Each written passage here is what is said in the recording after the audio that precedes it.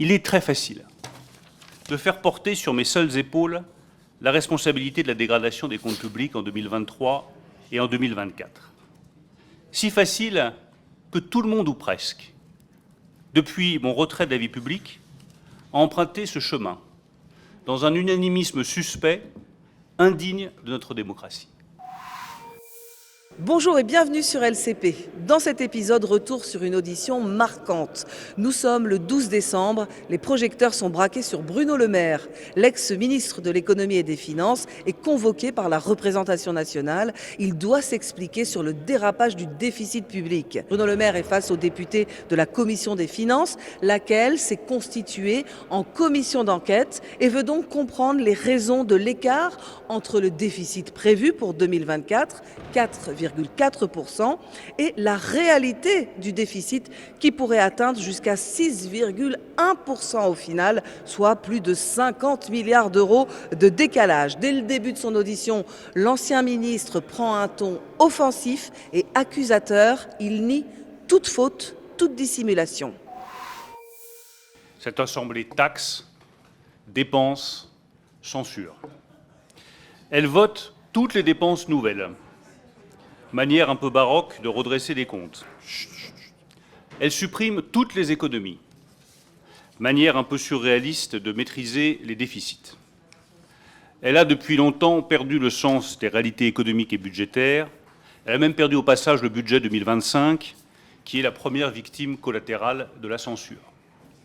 La seconde victime, elle est déjà connue, ce sera le rétablissement rapide des comptes publics. Que de temps perdu. Alors évidemment, il faut quand même donner le change. Il faut quand même faire semblant de vouloir réduire la dette et les déficits pour sauver des apparences. Donc, suivant les orientations des groupes, un coup on joue avec des artifices, un coup on joue avec le feu. Au NFP, on aime jouer avec le feu. Donc on multiplie les taxes, les impôts, les prélèvements de toutes sortes, dans un pays qui a déjà le triste record de la pression fiscale en Europe. On fait croire que seuls les riches seront taxés, mais on prévoit une augmentation de 1 point des charges sur tous les salaires, même les salaires les plus modestes. On invente le travail qui paye moins, le travail qui ne paye plus. M. Mélenchon connaît son histoire. Il sait que toutes les révolutions en France ont été précédées par un mouvement de colère contre les impôts. Alors lui et ses affidés chargent à mort la barque fiscale, dans le secret espoir de voir se lever le vent de la révolution, de renverser maintenant le gouvernement et demain le président de la République. Pour le président de la République, vous trouverez sur votre chemin tous ceux, moi le premier, qui croient encore dans la force de nos institutions. Pour le gouvernement, en revanche, nous y sommes. Avec l'aide de qui? Avec la complicité du Rassemblement national, qui, lui, préfère les artifices. Une pincée de lutte contre la fraude, un poil de migrants en moins, et hop, les déficits ont disparu, comme par magie et sans effort. Parce que le déficit est toujours la faute des autres, jamais notre responsabilité collective à tous. Madame Le Pen a voté la censure sous le regard attendri au balcon de l'Assemblée nationale de M. Mélenchon, qui jubilait. Triste jubilation des extrêmes qui aggrave la situation de la France. À quel moment a-t-il été sérieusement question du redressement des comptes de la nation dans vos débats? Jamais. Où avez-vous proposé et documenté des économies durables, sérieuses, significatives dans vos débats? Nulle part. Alors oui, je suis responsable devant nos compatriotes de tous mes actes, de toutes mes décisions, de tous mes choix comme ministre des Finances. Je suis responsable des dépenses que nous avons engagées pour faire face au Covid et à la crise inflationniste. Je suis responsable des erreurs de prévision sur les recettes de mes services qui étaient sous mon autorité et qui ont été documentées devant vous par les directeurs des administrations. Je suis responsable des économies que nous avons décidées, présentées, engagées début 2024 et que vous avez toutes combattues et rejetées. Jamais, en revanche, jamais vous ne me ferez porter la responsabilité de cet aveuglement collectif qui vous interdit de voir une chose simple, ni les impôts, ni les bouts de ficelle ne régleront le problème de la dette et des déficits en France qui remontent à 50 ans. notre chômage de masse, notre effondrement industriel depuis 1980, notre modèle social, le poids des retraites, sont la seule véritable explication de la situation où nous sommes. Ils sont le fruit des erreurs économiques des décennies passées, car les erreurs de politique économique se payent cher et elles se payent longtemps. La retraite à 60 ans, les 35 heures, les embauches massives de fonctionnaires, la multiplication des échelons administratifs, des autorités indépendantes, des commissions, des agences, tout cela a un coût, la dette, que nous remboursons maintenant au prix fort. Nous avons financé à crédit les promesses de tous ceux qui refusent les réalités économiques. Et nous continuerons de financer à crédit notre modèle si nous revenons sur la réforme des retraites et si vous redistribuez toujours plus nos richesses nouvelles. Qui seront les débiteurs? Les jeunes, qui sont les grands sacrifiés de la dette. Les actifs, qui se saignent pour payer des retraites de plus en plus coûteuses et indexées sur les prix quand leurs salaires ne sont pas indexés sur les prix. Que peut devenir une nation qui désespère ses jeunes et qui épuise ses travailleurs? La seule solution durable au problème des déficits et de la dette est donc dans la transformation en profondeur de notre modèle économique et social. En 7 ans, nous avons engagé ce chantier. Nous avons transformé un modèle économique et social à bout de souffle, réformé les retraites, réformé le marché du travail, créé 2,5 millions d'emplois. Nous avons fait venir des investisseurs, nous avons ouvert des usines, nous avons baissé les impôts, nous avons valorisé le travail, nous avons généré une croissance depuis 2017 supérieure en moyenne à celle des Allemands ou des Britanniques. Nous avons fait donner les forces économiques de la nation. Pas assez, certainement. Sur une durée très courte, certainement aussi. Mais au moins avions-nous commencé à remettre la France sur les bons rails. Ceux de la formation par alternance, du travail, du travail, du travail et de la production. Lors de cette audition devant la Commission des finances, Bruno Le Maire maintient sa ligne de défense. Il justifie l'écart dans les prévisions par une erreur d'évaluation des recettes commise par les services de Bercy et due à l'épidémie de Covid et à la crise inflationniste après le déclenchement de la guerre en Ukraine. Loin de tout mea culpa, l'ex-grand argentier défend la politique économique et budgétaire qu'il a menée pendant 7 ans à Bercy. Des propos aux accents de réquisitoire contre certains députés qui l'accusent d'irresponsabilité. En 7 jours, avec la censure, vous avez fait dérailler à nouveau la France. Devant qui est-ce que je prends la parole ce matin? Je parle devant des parlementaires qui viennent de voter en commission 60 milliards de dépenses supplémentaires dans le budget 2025, après avoir proposé, tous groupes confondus, plus de 400 milliards de dépenses supplémentaires dans le budget 2024. Et vous dites vouloir rétablir les comptes publics? Hypocrisie. Je parle devant des parlementaires qui ont combattu le nouveau pacte de stabilité européen. Je parle devant des parlementaires qui, à de rares exceptions près, ont tous voulu alourdir la facture des mesures exceptionnelles de soutien face au Covid et qui refusent maintenant de sortir de ces mesures. Je parle devant des parlementaires qui se précipitent aux 20 heures pour annoncer que les retraites seront bien revalorisées au 1er janvier. Et vous dites vouloir réduire le poids de la dette? Hypocrisie. Je parle devant des parlementaires qui prétendent vouloir le bien de nos compatriotes, mais qui offrent à longueur de séances publiques le spectacle des invectives, des menaces verbales et du bruit. Hypocrisie. Dans ces moments exceptionnels, il aurait fallu le courage du compromis.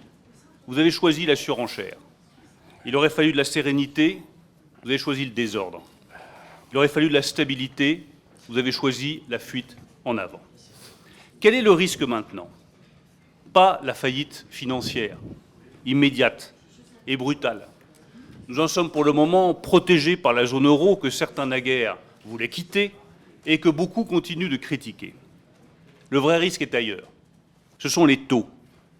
Lentement mais sûrement, nous serons étranglés par le nœud coulant des taux d'intérêt qui rendent le financement de notre dette de plus en plus coûteux. Demain, la charge du remboursement de la dette sera notre premier poste de dépense. Pas les hôpitaux, pas les écoles, pas les enseignants, pas les universités, pas la défense pour faire face au retour de la guerre en Europe, pas la lutte contre le réchauffement climatique.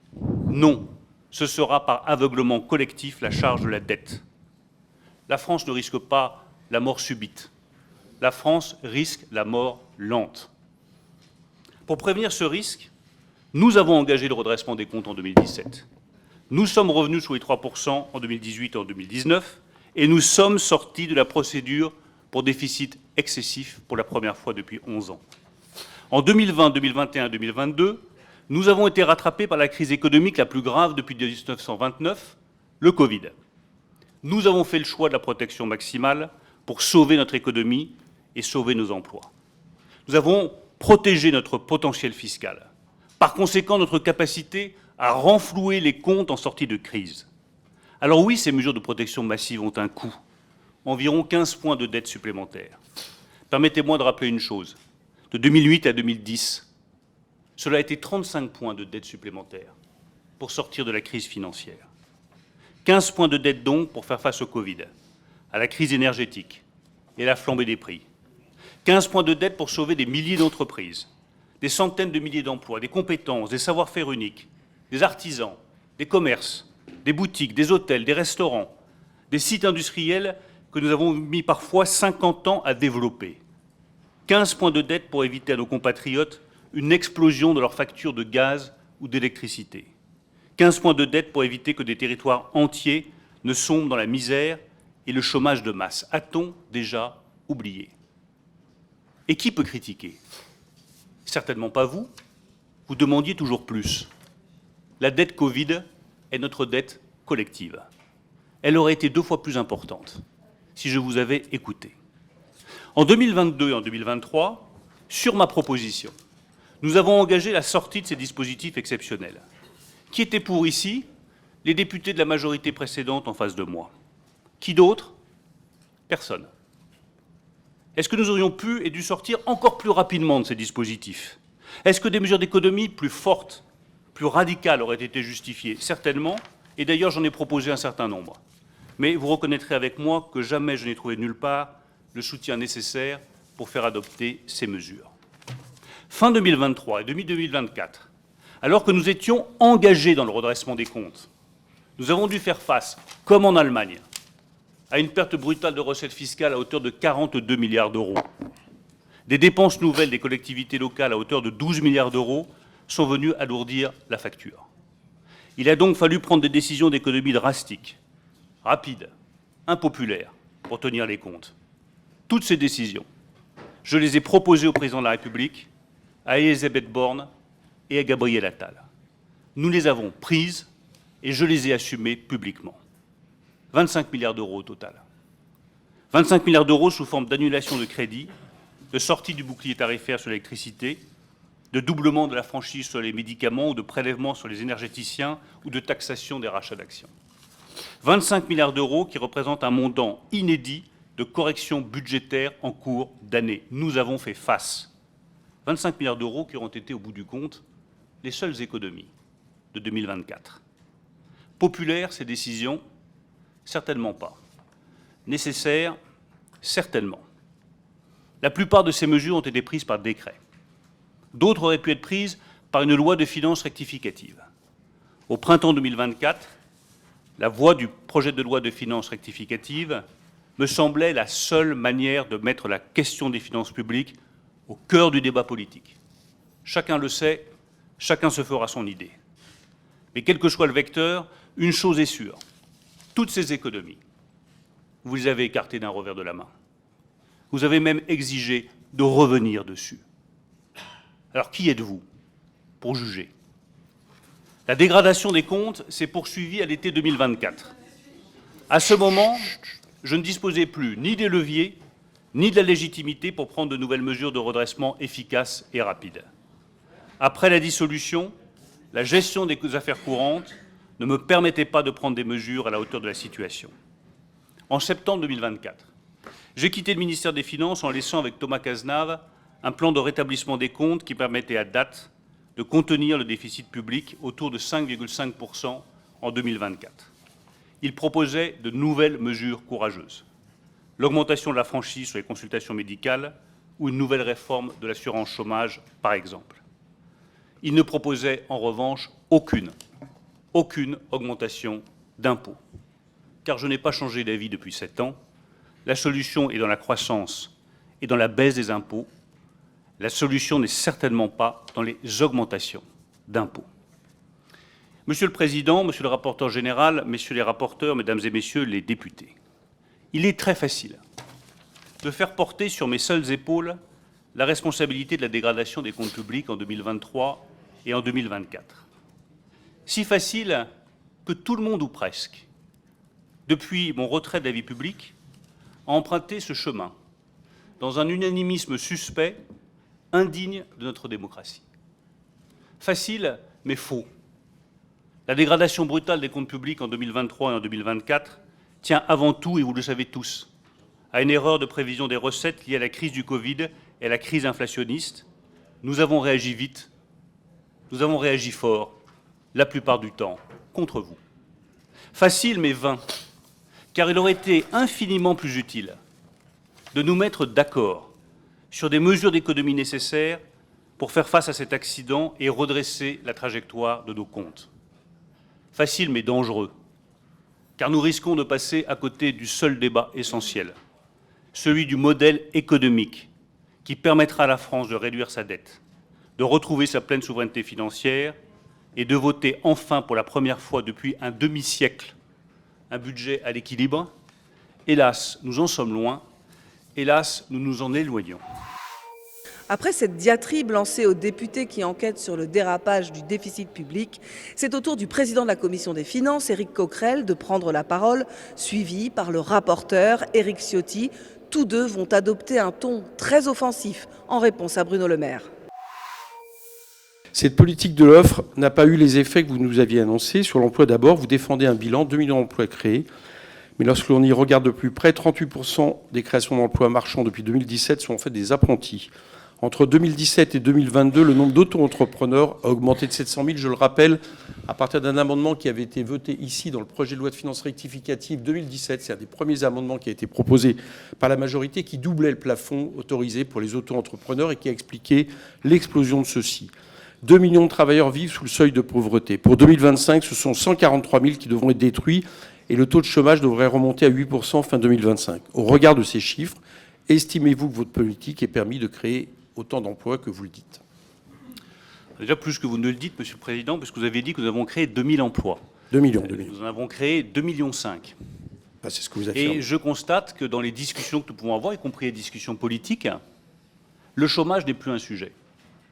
Nous avons le triste privilège de faire partie des doyens de cette Assemblée, Monsieur le Président, avec le rapporteur général et un certain nombre d'autres personnes, mais peu nombreux finalement dans cette commission.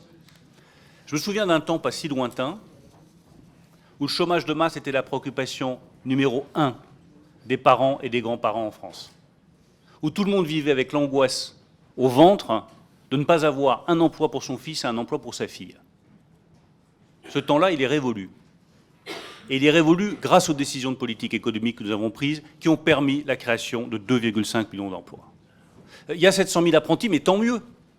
Il est évident que l'une des voies qui permettra à la France de se redresser, c'est la valorisation de l'apprentissage. C'est la valorisation de tous les métiers industriels, des métiers de la main. Toujours défendu cette idée simple que l'intelligence de la main vaut l'intelligence de l'esprit. Et qu'en engageant tous nos jeunes dans la même voie universitaire, on fait une erreur fondamentale pour l'avenir du pays. Vous nous dites que le seuil de pauvreté touche aujourd'hui un nombre important de travailleurs.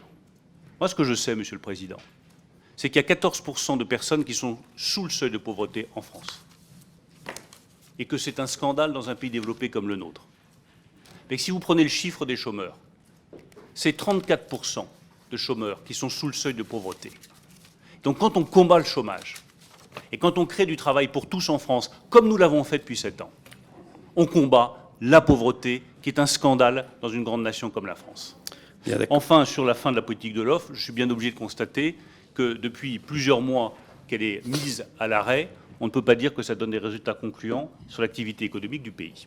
Je n'ai pas vu qu'elle était mise à l'arrêt. Mais donc le descriptif que je fais de ces 2 millions de travailleurs, dont on voit que, quand on dit aux Français, il y a 2 millions d'emplois créés, pour eux, c'est des emplois réels. Le descriptif que je vous fais, y compris les travailleurs pauvres très importants, ça ne vous inspire pas spécialement de commentaires? Mais mon commentaire, Monsieur le Président... Sur la qualité de ces emplois. Mais mon commentaire, Monsieur le Président, c'est qu'il veut bien commencer par quelque chose. Et la première chose par quoi il faut commencer, c'est créer des emplois. Okay. Tous ceux qui promettent monts et merveilles et qui ont détruit des emplois à force de vouloir inventer des emplois qui seraient parfaits sont responsables du chômage de masse dans notre pays.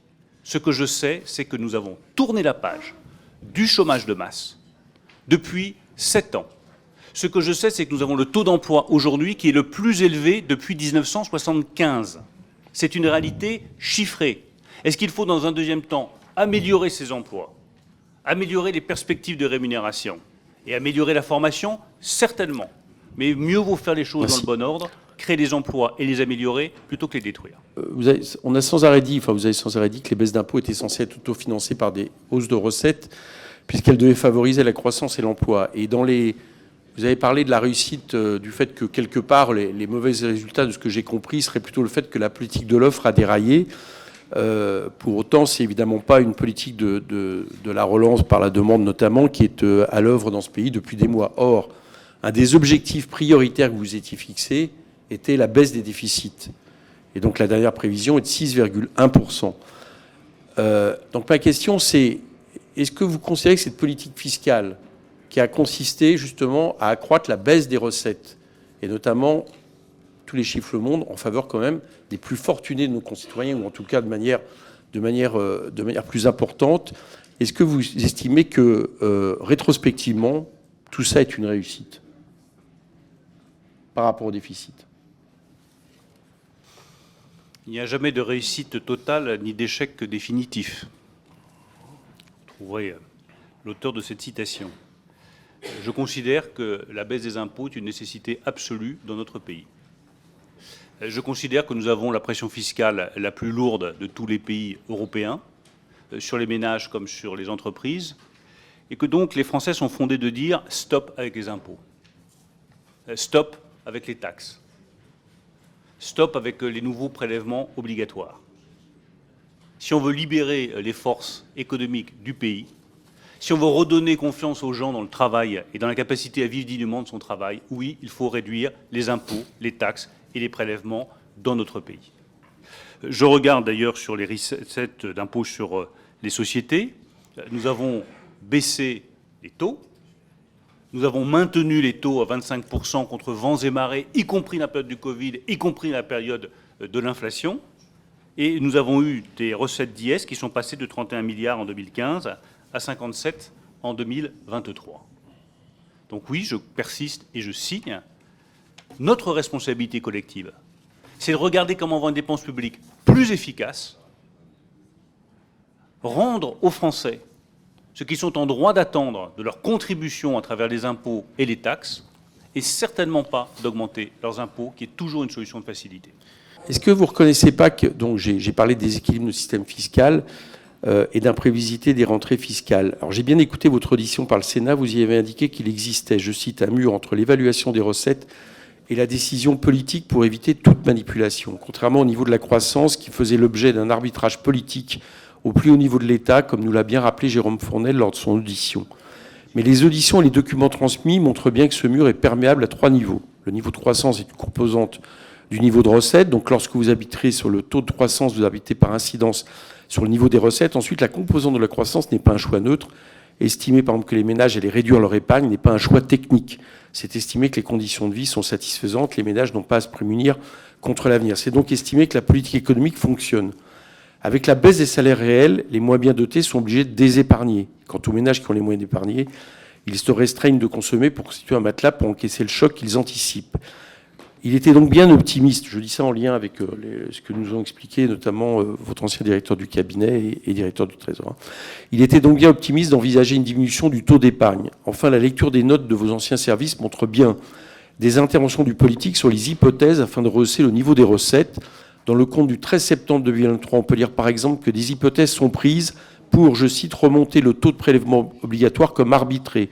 Ou encore, dans celui du 18 octobre 2023, le Trésor proposait de s'écarter du consensus interdirectionnel sur les prévisions de recettes en prenant en compte une augmentation des recettes de plus de 0,6 milliards de TVA dans le PLFG 2023 au regard d'une légère surprise positive en août qui semble relativement défendable vis-à-vis du HCFP, je cite. Je voudrais donc savoir si vous maintenez vos propos sur ce mur, finalement, entre l'administration et le politique. Oui, je les maintiens, Monsieur le Président. Le ministre des Finances n'intervient à aucun moment sur l'évaluation des recettes fiscales. Alors, vous me dites que nous fixons l'évaluation de la croissance. Oui, Je l'ai dit au Sénat, je le redis ici, puis on a eu suffisamment d'heures de débat ensemble sur le niveau de la croissance pour que je ne vous dise pas le contraire maintenant. Quand j'ai fixé le niveau de la croissance à 1% en 2023, dans cette même commission, tout le monde m'est tombé dessus en disant « il est trop optimiste, il y aura une récession ». Je constate qu'au bout du compte, en 2023, on a fait 0,9 points de croissance, pas très loin de notre évaluation. En 2024, j'ai fixé la croissance à 1,4, nous l'avons corrigé en février à 1,1. Vous aviez estimé que c'était trop élevé, c'est évidemment votre droit. Je rappelle que toutes les prévisions de croissance ont été validées par le Haut Conseil des finances publiques et considérées comme plausibles. Toutes. Je rappelle également que le Conseil constitutionnel, dans son avis de décembre 2023, a rejeté le grief d'insincérité sur notre budget et sur les prévisions de croissance. Alors vous me dites, l'arbitrage sur les croissances conduit à un arbitrage sur les recettes. Vous avouerez que c'est quand même un tout petit peu jésuite. Oui, forcément, si nous fixons un taux de croissance, il va y avoir une incidence sur les recettes. Mais je ne fixe pas un taux de croissance pour gonfler les recettes. Je fixe un taux de croissance en fonction de ce que j'évalue être le potentiel de croissance de la France et ses capacités année après année. Et je constate, une fois encore, qu'année après année, sauf en 2020, nos prévisions se sont avérées proches de la réalité. Enfin, sur le rendement des taxes, la TVA, de l'impôt sur les sociétés, de l'impôt sur le revenu, je le redis, ce sont les services qui font l'évaluation du rendement des recettes. Et c'est évidemment beaucoup mieux comme ça. Parce que imaginez que le ministre commence à se mêler du rendement des recettes en disant « attendez, sur l'IS, c'est prévu ça, moi je pense qu'il faut 1 milliard de plus ou 2 milliards de plus », vous crieriez à la manipulation. Je pense qu'il est bon et sain d'avoir une séparation entre le politique et l'administratif sur l'évaluation du rendement des taxes et des impôts. J'ai quelques scrupules à vous poser des questions, puisque dans votre intervention très politique et très offensive, et finalement nous en comprenons les finalités, puisque l'offensive est souvent un moyen de diversion, il y a un propos, permettez-moi de vous le dire, qui m'a extrêmement choqué, et qui confine finalement à une forme d'antiparlementarisme, de populisme, comme certains convoquent à dessein et à de multiples reprises ce mot souvent galvaudé. C'est cette question que vous avez posée: qui êtes-vous pour nous juger? Monsieur le ministre, nous sommes les représentants du peuple français et nous exerçons notre mission constitutionnelle de contrôle, qui est peut-être la plus importante du Parlement. Et finalement, cette phrase, elle traduit une forme de mépris, de condescendante, de certitude, qui, je me permets de vous le dire, avec la longue amitié qui nous unit, nous avons milité dans des mêmes, dans des mêmes formations très longtemps. Très longtemps. Bah, c'est des faits, ils peuvent être regardés. Vous avez participé à une primaire, à un moment...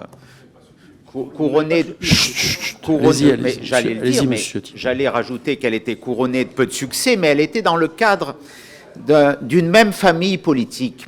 Ce que je veux souligner, monsieur le ministre, c'est que vous ne pouvez pas dire aujourd'hui qui êtes-vous pour juger. Vous avez dessiné un tableau à votre avantage, et c'est totalement légitime. Vous avez dressé des constats de l'effondrement français que je peux partager.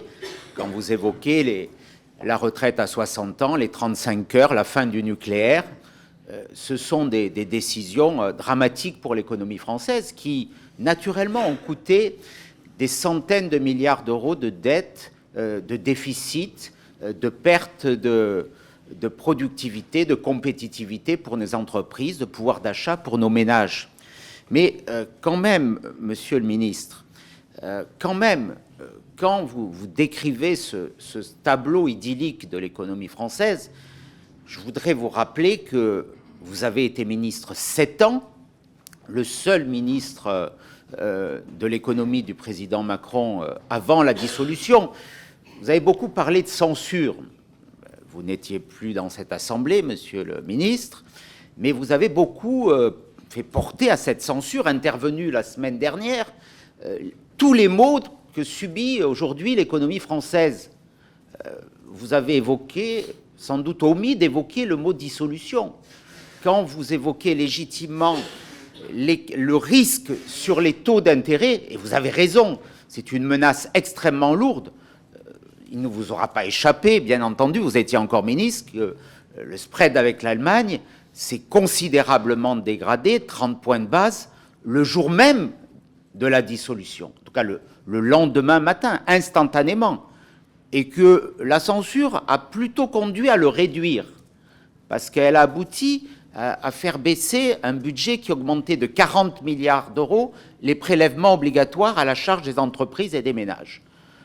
Mais permettez-moi de vous dire, dans ces 7 ans, vous avez eu l'honneur d'être ministre de la France, comme nous avons l'honneur d'être parlementaires et d'assumer ses responsabilités. La dette s'est accrue de 973 milliards d'euros. Les déficits commerciaux cumulés s'élèvent à 563 milliards d'euros.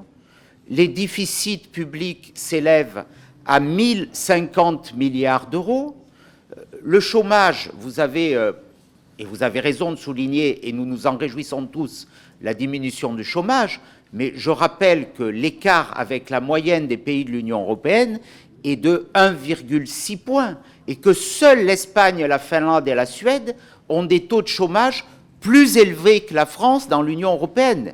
Nous sommes à 7,6, la Pologne est à 2, l'Allemagne est à 5,5, donc tout cela, Monsieur le Ministre, devrait appeler à un peu plus de modestie au regard d'une situation qui souligne quelque part l'effondrement économique français.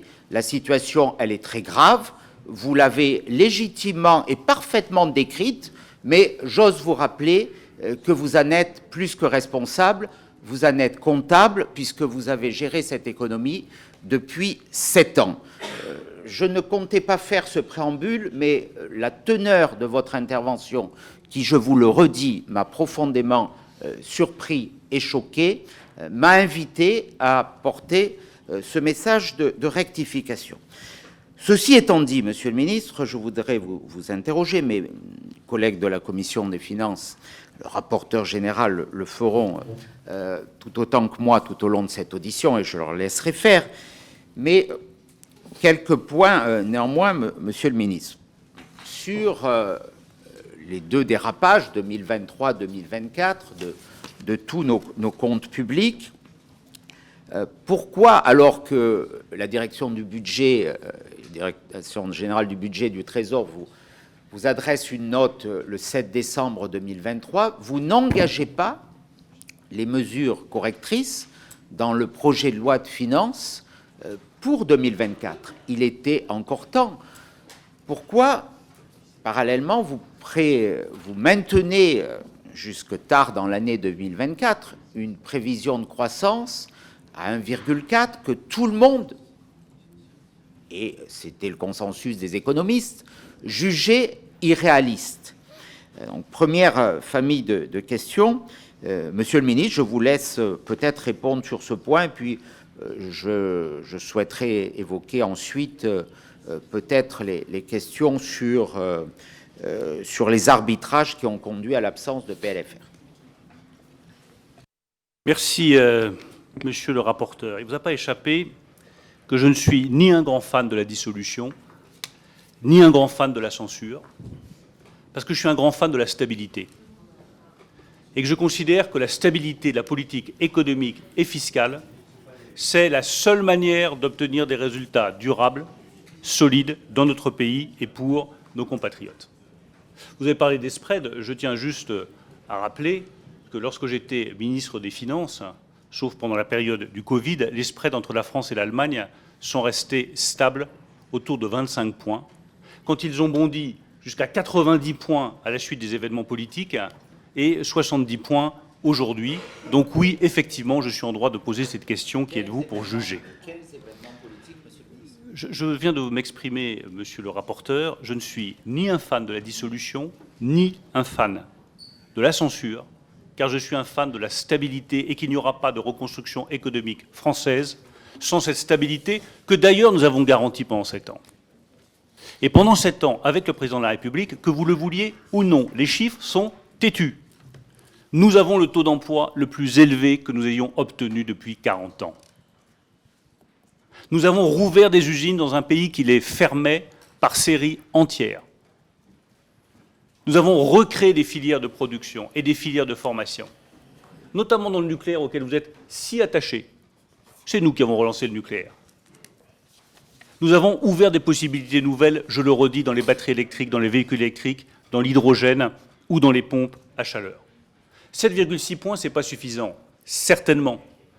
Et certainement qu'on doit faire mieux en termes de taux de chômage. Mais la question qu'on devrait tous se poser collectivement ici, c'est pourquoi est-ce que la France, de tous les pays développés, est le seul pays à ne jamais avoir atteint depuis 50 ans le plein emploi à 5%. C'est nos choix collectifs. Et c'est ces choix contre lesquels je me bats. Oui, quand je plaide pour une réforme de l'assurance chômage qui aille plus loin, et que vous avez refusé, monsieur le rapporteur, c'est la condition à payer pour retourner sous les 7,6 points de taux de chômage. Oui, il faut un meilleur système éducatif. Oui, il faut un autre système de formation. Oui, il faut arrêter de vendre cette illusion de 80% d'une classe d'âge au bac et tout le monde à l'université et tout le monde en formation théorique, parce que vous n'aurez jamais 5 points de taux de chômage si vous n'avez pas une meilleure formation par l'apprentissage, par l'alternance, si vous ne défendez pas cette idée simple que l'intelligence de la main vaut l'intelligence de l'esprit. Vous n'aurez jamais 7,5% et vous ne passerez jamais à 5% de taux de chômage si vous n'êtes pas capable de continuer à réduire le coût du travail dans notre pays. Et c'est ce débat-là que nous devrions avoir. Enfin, vous parlez d'effondrement économique français, pardon, j'ai vu une réalité radicalement différente. C'est un peu regrettable qu'il faille attendre des pays étrangers la reconnaissance de ce qui a été fait en France pendant 7 ans et que les parlementaires de la République ne soient même pas capables de reconnaître à quel point notre politique économique a amélioré la vie de millions de nos compatriotes. Enfin, vous me dites, est-ce que la correction aurait dû être faite fin 2024 ? Mélanie Joder, la directrice du budget, y a répondu. Non, ça n'était ni souhaitable, ni techniquement possible fin 2023 pour le budget 2024. Ça n'était pas techniquement possible parce que les évaluations de la note du 7 décembre étaient trop incertaines, et ça n'était pas souhaitable parce qu'on ne refait pas le budget de la France sur la base d'un pressentiment, on le fait sur la base de certitudes et de données statistiques. Merci, Monsieur le Ministre. Je suis encore contraint de faire une petite rectification sur la réforme de l'assurance chômage. Non seulement j'y étais favorable, mais je rappellerai que le groupe auquel j'appartenais alors avait déposé un contre-budget, Véronique Louwagie peut en être témoin, où nous avions porté cette réforme de l'assurance chômage et de façon plus accentuée que vous ne l'avez fait, que vous l'avez ensuite abandonné. Vous étiez encore ministre, en tout cas le Premier ministre, ce qui, à mon sens, est une erreur importante, entre les 2 tours des élections législatives pour des raisons électorales bien évidentes et qui s'éloignent très nettement de l'intérêt général. Je pense que, par rapport à votre propos liminaire, vous pourriez élargir vos perspectives à ceux qui ont eu aussi cette attitude qui a eu des conséquences très lourdes pour les finances publiques. Deuxième question, monsieur le ministre, sur ce qui s'est passé à partir de février. Vous avez souligné que vous avez pris un arrêté d'annulation de crédit, ce qui est une mesure forte, de 10 milliards d'euros. Je rappellerai néanmoins, je vous interroge sur la relativité de ces chiffres, qu'il y a eu un report de 2023 sur 2024 de crédit de l'ordre de 16 milliards d'euros de dépenses, qui naturellement atténue l'effort d'annulation que vous portez, que vous exprimez aujourd'hui. Mais vous avez évoqué l'arbitrage. Donc manifestement, on aimerait savoir si cet arbitrage sur la non-présentation d'un PLFR a été pris par le président de la République ou par le Premier ministre. Bon, nous avons entendu hier l'ancien directeur de cabinet du Premier ministre, mais j'aimerais avoir votre réponse. J'aimerais savoir comment, à la veille des échéances électorales, et quel rôle les échéances électorales européennes ont joué dans les prises de décision, ou plutôt dans les prises de non-décision qui ont eu des conséquences très lourdes. Est-ce que c'est le président de la République lui-même, le secrétaire général de l'Élysée, le Premier ministre, qui ont décidé de reporter ces décisions qui, naturellement, ont eu des conséquences budgétaires et des conséquences sur l'endettement extrêmement lourdes? Je pense que le directeur de cabinet du Premier ministre a parfaitement répondu hier. Les décisions sur un projet de loi de finances rectificative, elles sont connues, elles obéissent à des règles constitutionnelles. C'est le Premier ministre qui prend cette décision et il y a un arbitrage qui est rendu entre le Premier ministre et le Président de la République, le ministre des Finances étant suffisamment exprimé sur le sujet et sur cette opportunité du projet de loi de finances rectificative. En revanche, sur le lien avec les élections européennes, moi je trouve un peu étrange de le faire. Pour une raison qui est simple, c'est que depuis début 2024, je n'ai cessé d'annoncer des décisions impopulaires de réduction des dépenses. Je vois certains de vos collègues, une fois encore, qui défilent à la télévision pour systématiquement dire qu'il ne faut surtout pas revenir sur le bouclier tarifaire sur l'électricité. Moi, le 21 janvier, je suis allé défendre l'idée qu'il fallait sortir du bouclier tarifaire sur l'électricité, que c'était une mesure exceptionnelle pour faire face à la crise inflationniste, mais qu'il n'y avait pas de raison de maintenir éternellement un bouclier tarifaire sur l'électricité. C'est une décision populaire? Non. C'est à 5 mois des élections européennes. Quand ensuite nous annonçons 10 milliards d'euros de baisse des crédits de l'État, concrètement, c'est de l'argent en moins pour la transition climatique. C'est de l'argent en moins pour l'aide aux pays en voie de développement. C'est de l'argent en moins pour certains outils essentiels de l'État. C'est de l'argent en moins pour les universités. C'est pas facile à annoncer. Donc on ne nous dise pas qu'on n'a pris aucune des décisions courageuses avant les élections européennes, parce que les faits montrent que nous avons eu le courage, avec le président de la République et le Premier ministre de l'époque, d'annoncer des décisions impopulaires pour rétablir les comptes publics.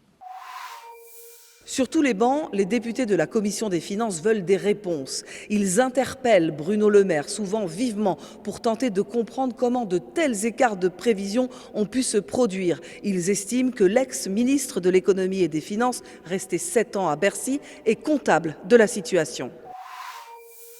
Pas un procès politique, parce qu'on n'a pas besoin de faire votre procès. Il y a un flagrant délit de faillite. Donc nous, on n'essaie pas de savoir si vous êtes coupable ou pas coupable. Vous êtes de toute évidence coupable, 7 ans ministre, 1000 milliards de dettes, dérapage historique des finances publiques, reprise de la désindustrialisation, reprise du chômage. Donc c'est pas le sujet. Nous, le sujet, c'est qu'on essaie de comprendre comment des gens aussi brillants et intelligents que vous ont pu à la fois tout bien faire et à la fois tout échouer. Parce qu'on n'aimerait pas reproduire les mêmes erreurs, parce que comme visiblement on est légèrement moins intelligent et brillant que vous, on est un peu plus prudent sur la façon dont on pourrait mieux faire les choses. Ma première question, c'est est-ce que finalement, c'est pas vous qui avez raison, le monsieur le maire d'avant 2017, quand il disait d'Emmanuel Macron, c'est du socialisme, un visage plus avenant, un visage plus ouvert, mais c'est toujours le socialiste. Emmanuel Macron, c'est l'homme sans projet, parce que c'est l'homme sans conviction, c'est de la soupe. Donc finalement, comme visiblement vous êtes responsable de rien depuis 7 ans, est-ce que le vrai responsable, c'est pas Emmanuel Macron, tel que vous l'aviez décrit avant d'être son ministre?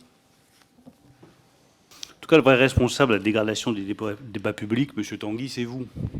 Parce que quand vous transformez des mensonges en vérité, forcément, il n'y a plus de débat possible. Vous dites qu'il y a des industrialisations. Et pardon, on a ouvert 600 usines. Et il y a eu 1 million d'emplois industriels qui ont été détruits avant. Donc quand on transforme le mensonge en vérité, de toute façon, il n'y a plus de débat public qui soit possible. Quand vous dites chômage de masse, et pardon, M. Tanguy, mais s'il y a bien une chose que la majorité précédente a réussi, c'est d'atteindre le taux d'emploi le plus élevé depuis 1974. Donc il n'y a pas de débat possible. Si, au lieu de partir des faits, vous partez des mensonges. Vous avez accusé les oppositions d'être responsables de toutes vos erreurs. Vous avez tous les pouvoirs entre 2017 et 2022. Vous avez l'Assemblée nationale avec une écrasante majorité. Donc vous faites le budget de A à Z et vous ne reprenez jamais d'amendements des vraies oppositions. Ensuite, en 2022 et en 2023, et même pour le budget 2024, vous faites des 49.3. Donc c'est vous qui écrivez le budget de A à Z. Vous en tenez la plume de A à Z. Les oppositions ne sont responsables même pas d'une virgule de ce budget. Et sur ces budgets 49.3, il y a les 2 plus gros dérapages de la Ve République. Donc si les oppositions sont responsables de toutes vos erreurs, comment un budget que vous avez écrit dans les couloirs de Matignon et de Bercy de A à Z peut être de la responsabilité des oppositions? Parce que si nous avions suivi vos recommandations, Monsieur Tanguy, je pense que nous aurions creusé le déficit encore plus largement. Vous revenez d'ailleurs à 2017-2022. Moi, je voudrais juste rappeler une chose, c'est que nos déficits publics tels que nous avons annoncés ont été tenus pendant cette période où nous avions la majorité. L'écart en 2017, il a même été de moins 0,7. On a fait mieux que prévu. Ensuite, nous avons amélioré encore les choses. La seule exception, c'est l'année 2020, où effectivement, nous avons connu le Covid. Donc ça a été tenu. Et nous avons été sérieux. En revanche, si on suit vos recommandations, c'est peut-être pour ça qu'on a utilisé le 49.3, Monsieur Tanguy, c'est que tout simplement, ce que vous proposiez, ça n'était que des dépenses supplémentaires. Janvier 2024, j'annonce la sortie du bouclier tarifaire, vous y opposez, de manière assez virulente. Et si, Monsieur Tanguy, d'ailleurs, Madame Le Pen vient de faire tomber le gouvernement parce que nous ne voulions pas revenir sur le bouclier tarifaire sur l'électricité. Mais voilà, il y a que Monsieur Le Maire qui parle. Aucun débat n'est possible, Monsieur Tanguy, s'il n'y a pas une ligne claire entre la mensonge et la vérité. Lorsque je me suis exprimé sur la sortie du bouclier tarifaire, vous avez même eu cette expression en disant c'est la taxe Macron ou la taxe Le Maire ou la taxe Attal, ça dépendait du plateau de télévision sur lequel vous vous trouviez. Mais enfin, à chaque fois, vous attaquiez cette décision de rétablir la taxation, la fiscalité sur l'électricité. C'est votre droit. Mais vous ne pouvez pas revenir 6 mois plus tard en disant « non, je ne me suis jamais battu contre ça ». Si. Vous êtes opposé au décret d'annulation de février 2024. C'était quand même 10 milliards d'euros d'économie. Vous êtes opposé à la réforme des retraites, dont chacun sait que c'est la mesure d'économie la plus significative pour redresser les comptes. Enfin, en juillet 2024, vous avez fait campagne active, d'ailleurs, je le reconnais bien volontiers. Vous avez proposé la nationalisation des autoroutes, 40 à 50 milliards d'euros de dépenses. Vous avez proposé l'exonération de l'impôt sur le revenu pour les moins de 30 ans, 3,5 milliards d'euros, mesure de grande justice fiscale dont bénéficieront tous ceux qui ont créé leur entreprise et qui vivent très bien. Vous avez proposé une baisse de la TVA sur l'essence pour 10 milliards d'euros. Vous avez proposé l'augmentation du minimum vieillesse pour 1 milliard d'euros. Au total, il y a 70 milliards d'euros de dépenses supplémentaires. Donc vous comprenez pourquoi nous ne vous avons pas suivis. Parce que si nous nous avions suivis, nous serions allés droit dans le mur et nous aurions alourdi d'environ 100 milliards d'euros les dépenses publiques de l'État. Alors de l'autre, vous dites on fait des économies. Enfin, vos économies, elles se résument à l'aide médicale d'État, 5,2 milliards, et 5 milliards sur la contribution de l'Union européenne. En fait, M. Tanguy, vous faites des dépenses en milliards d'euros et des économies en millions. Forcément, ça marche moins bien. Si. Allez-y, vous n'avez pas fini votre temps. Aucune réponse. Donc, vous avez la majorité pour écrire les budgets de 2017 à 2022. Vous faites des 49.3 à 2022-2024. Ce sont les pires dérapages budgétaires de la Ve République. Comment vous justifiez? Mais vous avez échappé qu'il y avait une crise du Covid en 2020, Monsieur Tanguy. Vous avez échappé qu'il y avait une crise inflationniste. Et les pires dérapages budgétaires de la Ve République, mais pardon, là aussi, vous êtes dans le mensonge. En 2017, 2018 et 2019, contre vous, nous avons rétabli les comptes publics. Nous sommes revenus sous les 3%. Nous sommes sortis de la procédure pour déficit excessif. Ensuite, nous avons protégé massivement. Et je pense que vous étiez pour. Et cessez de faire des propositions pour aller encore plus loin dans la protection de nos compatriotes.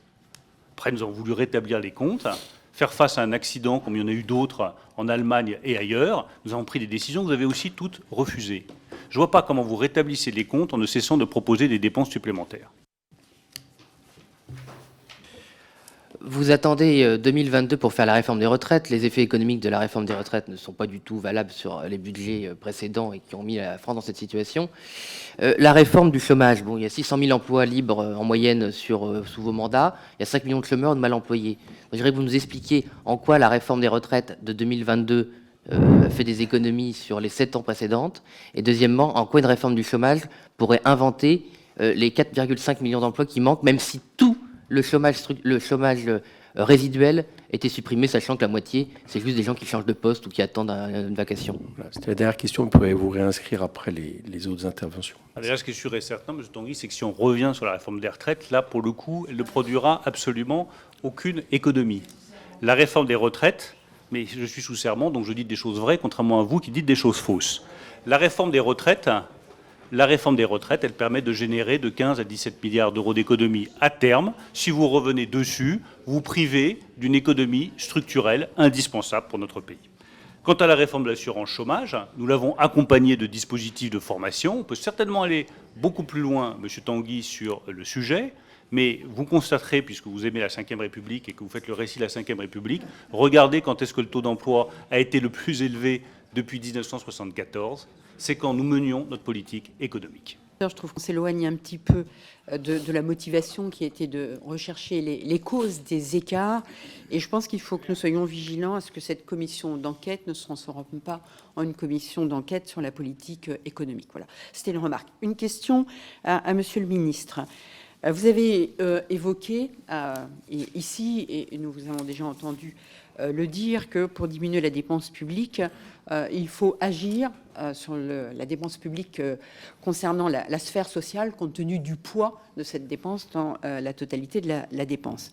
En revanche, est-ce que vous estimez que cela peut se faire en faisant adhérer l'opinion publique sans s'attaquer également en même temps ou préalablement à la dépense publique de l'État? Parce que ce que l'on entend régulièrement de la part de nos concitoyens, c'est l'État ne fait pas d'efforts sur son train de vie, etc. Alors on pense aux opérateurs, aux agences, aux commissions, aussi à l'enchevêtrement, aux superpositions avec les différentes sphères que vous avez évoquées. Et moi, je voudrais savoir si pour vous, vous pensez qu'on peut s'attaquer à la sphère sociale sans s'attaquer préalablement pour faire adhérer l'opinion publique à ce qu'on concerne, à ce qu'on appelle le train de vie de l'État. Je partage totalement votre appréciation, Madame la députée. Et je pense que vous faites partie du petit nombre que j'ai cité au début de mon intervention qui a toujours été attaché au rétablissement des comptes publics, et je vous en remercie.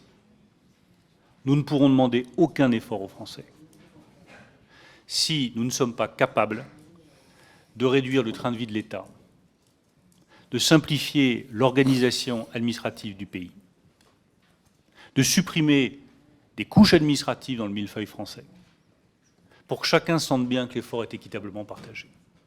Et d'ailleurs, je vais vous dire, quand nous avons fait les économies en 2024, j'ai proposé au président de la République, dans la première série de 10 milliards d'euros d'économies, que ces 10 milliards d'euros portent exclusivement sur les dépenses de l'État. Parce que je partage à 1000% votre conviction.